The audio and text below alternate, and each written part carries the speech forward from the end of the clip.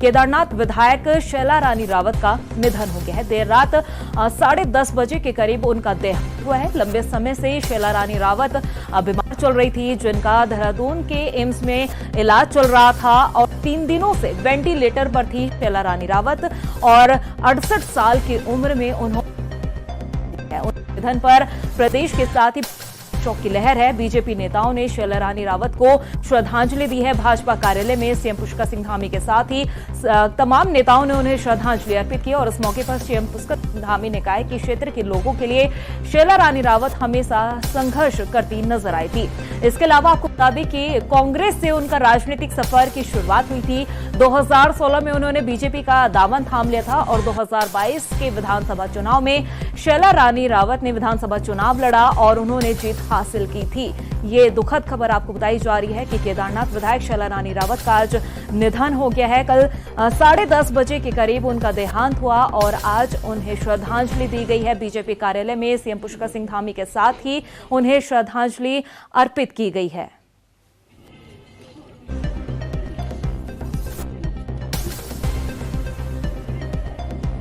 BJP के साथ ही तमाम वहां पर नेता मौजूद रहे और उन सभी लोगों ने नम आंखों से उन्हें श्रद्धांजलि अर्पित की।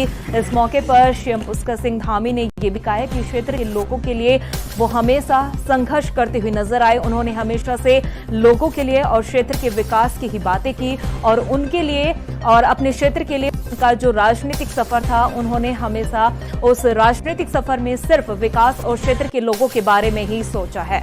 क्या कुछ सीएम पुष्कर सिंह धामी और उनका पूरा जीवन संघर्षशील जीवन रहा, अपने क्षेत्र से लोगों से हमेशा जुड़ी रही, उनके लिए लगातार संघर्ष करती रही और मुझे भी जब भी मिलती थी तो उनके मन मस्तिष्क में एक ही बात रहती थी कि मेरे क्षेत्र का विकास होना है, क्षेत्र को आगे बढ़ाना है।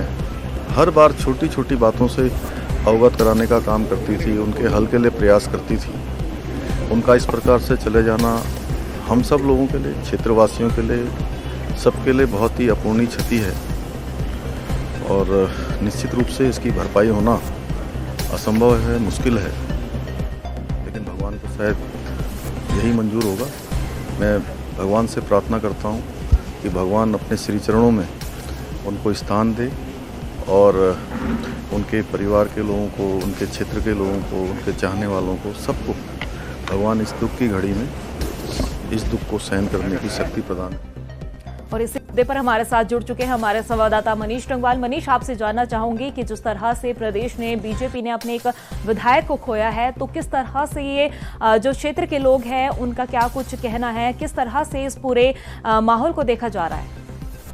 देखिए, बिल्कुल जिस तरीके से देखें, जो केदारनाथ से विधायक शैला रानी रावत हैं, उनके निधन से जो है वो पार्टी में भी शोक की लहर है और केदारनाथ विधानसभा में भी कहीं न कहीं सीधे तरीके से शोक की लहर देखी जा रही है, क्योंकि पार्टी ने जहां एक विधायक खोया है तो वहीं जो रुद्रप्रयाग की जनता है उसने अपना विधायक जो है वो खोया है और नम आंखों से जो है वो भाजपा श्रद्धांजलि भी जो है वो शैला रानी रावत को देने का काम कर रही है। और सुबह आज भाजपा प्रदेश कार्यालय में जो है वो शैला रानी रावत का पार्थिव शरीर जो है वो पहुंचा था और उनके पार्थिव शरीर पर जो है वो श्रद्धांजलि भी दी गई। मुख्यमंत्री पुष्कर सिंह धामी, कैबिनेट मंत्री सुबोध उनियाल, रेखा आर्य, धन सिंह रावत और कई कैबिनेट मंत्रियों ने उन्हें श्रद्धांजलि दी। पार्टी के तमाम नेताओं ने उन्हें नम आंखों से श्रद्धांजलि दी और उसके बाद उनका जो पार्थिव शरीर है वो जो गृह क्षेत्र है उनका वहां के लिए रवाना जो है हो चुका है।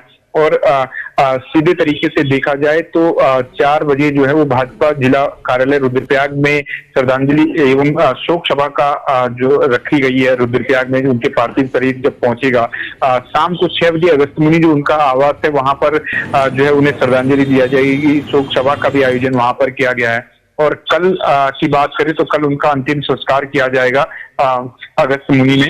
तो इसी तरीके से देखा जाए तो तमाम तरीके से सोशल मीडिया के माध्यम से वो बीजेपी के नेता या विपक्ष के नेता श्रद्धांजलि जो है वो विधायक शैला रानी रावत को दे रहे हैं। और एक बड़ी क्षति भी ये पार्टी के लिए है, क्योंकि शैला रानी रावत का जिस तरीके से राजनीतिक सफर रहा है वो कहीं न कहीं रुद्रप्रयाग की जनता के लिए जिस तरीके से विकास के कई आयाम उन्होंने स्थापित किए क्षेत्र में। बिल्कुल, उनका जो राजनीतिक सफर है उसकी शुरुआत कांग्रेस से हुई और फिर अब अंतिम क्षण में वो बीजेपी की कार्यकर्ता बनकर रही थी।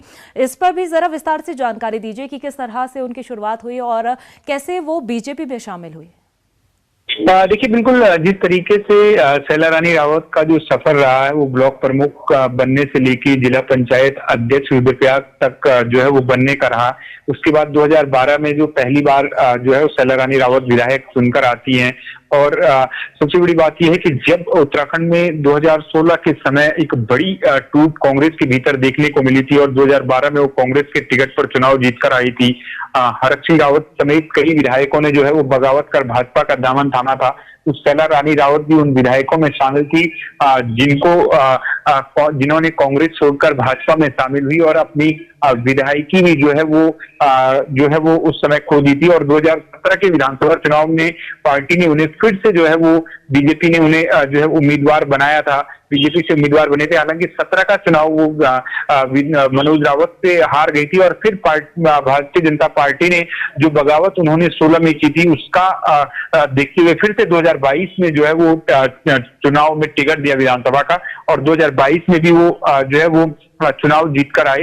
तो इस सीधे तरीके से देखा जाए तो 17 का चुनाव वो हार गई हो, लेकिन 2022 और जिस तरीके से 2012 का वो चुनाव जीती और उसके बावजूद भी ब्लॉक प्रमुख से लेकर जिला पंचायत अध्यक्ष तक का जो उनका सफर रहा, कई काम उनके द्वारा क्षेत्र में किए गए, रुद्रप्रयाग जनपद के लिए किए गए। और अब सबसे बड़ी जो है वो उनकी कमी यही खलेगी कि पार्टी ने एक जो है वो महिला नेत्री और विधायक जो है वो केदारनाथ में जो है वो खोया है। तो उससे पूरे पार्टी में भी शोक की लहर जो है वो देखने को मिल रही है। और सबसे बड़ी बात यह है कि विधायक होने के साथ साथ एक उपचुनाव भी जो है वो रुद्रप्रयाग का जनपद के जो केदारनाथ विधानसभा है वहां पर अब देखने को मिलेगा, क्योंकि सीधे तरीके से जो विकास कार्य जो रहेंगे वो कहीं ना कहीं 6 महीने के लिए जो प्रभावित रहेंगे जब तक ये विधानसभा का चुनाव नहीं होता है। तो इस लिहाज से भी देखा जाए तो कहीं ना कहीं जो एक जो विकास की एक गति रहती है विधानसभा के लिए उसमें भी कहीं ना कहीं अंकुश देखने को मिलता है। और यही वजह है कि पार्टी और कार्यकर्ताओं के साथ साथ जो तमाम नेता हैं वो भी जो है वो श्रद्धांजलि उन्हें दे रहे हैं।